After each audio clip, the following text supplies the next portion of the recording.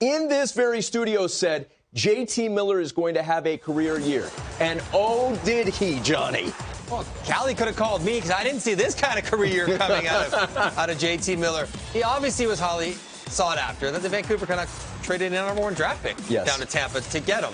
But I think they figured they were getting a 25-goal, 50-point guy, kind of at the top end. And that's really, really good. You want that guy in your team.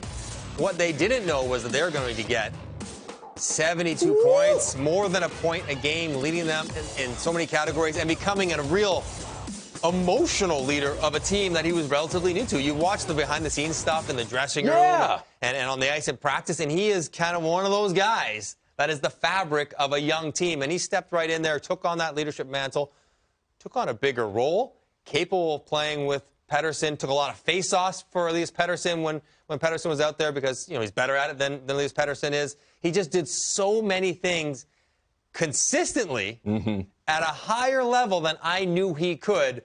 And for that reason, the fact that he was one of the best players in the league this year.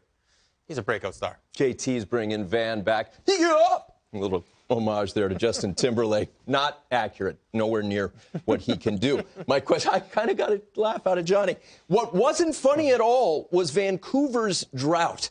2015, they made the playoffs, but it was a quick exit. Early last decade, they're winning President's Trophies. They, with your former teammate Travis Green, really came on. Can they sustain it and take the next step? It's going to be difficult because they lost some pretty important pieces, even though I don't fault Vancouver management for not re-signing Markstrom to that term, for not re-signing Chris Tanev to that term. Those guys are excellent and important players and played really well this past year, but the age and the contracts and the cap situation probably made it a smart decision not to. So much will depend on what Thatcher, Demko, and Braden Holtby can do. They have good guys potentially to play in net, but can they play as well as Markstrom did last year? That may very well tell it. The tale of how good they can be. Quinn Hughes is still magical. Magical is a great word for him. Pettersson's only going to get better. I think Brock Besser bounces back in a big way and has more production. JT Miller will be good once again. I do think they'll miss Tyler Toffoli, that secondary scoring. That will be the big question. Goaltending, secondary scoring. They'll be around the playoff bubble. I don't know if they're going to get through it again and be in the playoffs. They're going to be fighting for it all year long.